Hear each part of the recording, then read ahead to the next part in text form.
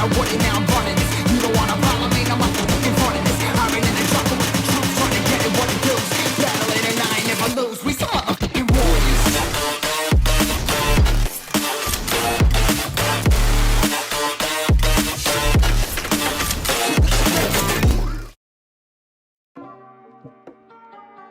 The pistol rounds in a critical ops match are probably the two most important rounds in the entire game.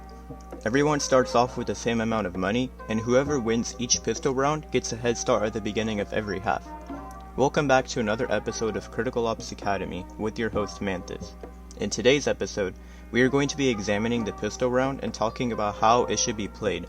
If you learned something from this video, I would appreciate it if you leave a like and subscribe.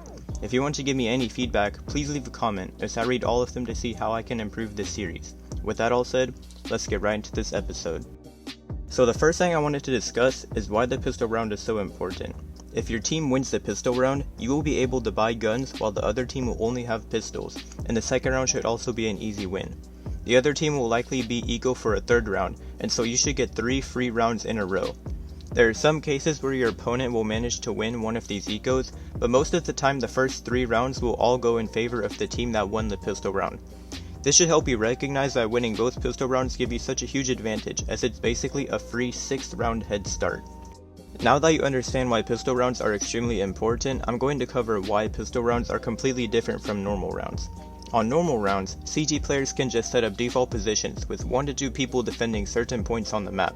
However, on most pistol rounds the CT players will all stack together, and they will either try to defend a 5-man rush or attempt a 5v5 retake a bomb site after the bomb is put down. The reason people don't play default positions on CT is because most T-side pistol rounds are 5-man rushes.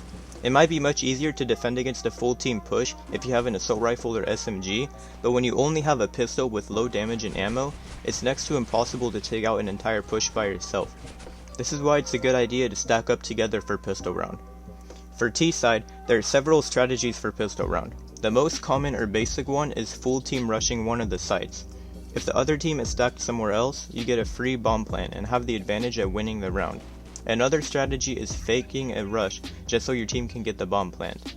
Regardless of winning or losing, some teams will try and get the bomb plant down 2 rounds in a row just so they have more money for future rounds. They will have 4 teammates try and fake a push while 1 lurks with the bomb. Once his teammates have sold the fake, the bomb carrier will try and get the bomb down on the opposing site. Each bomb plant is $800, plus an additional $300 to the person that plants. This means getting 2 bomb plants in a row can add $1,600 to each of your teammates' economy. Based on the map and position that you play on a pistol round, there are a lot of different ways that you can buy up for pistol round. I'm going to start off by saying right now that the XD45 and dual pistols are not a good option for pistol round. They are costly and will easily get taken out by pretty much any other buy that your opponents use. If you are a fan of the P250, it's a good idea to just buy armor with it, because buying armor means it takes 6 shots from a P250 to take you out, rather than the normal 3 to 4. You can also withstand a headshot from some pistols if you have Kevlar, which can help you to stay alive a little longer. If you don't want to buy armor, you can also choose to buy utility. I generally don't recommend this unless you are on T-side. If you are pushing a site and it's possible that your opponents have longer range guns and are all playing back, smoking off the cross to that site can be what helps you win the round without your team getting shut down.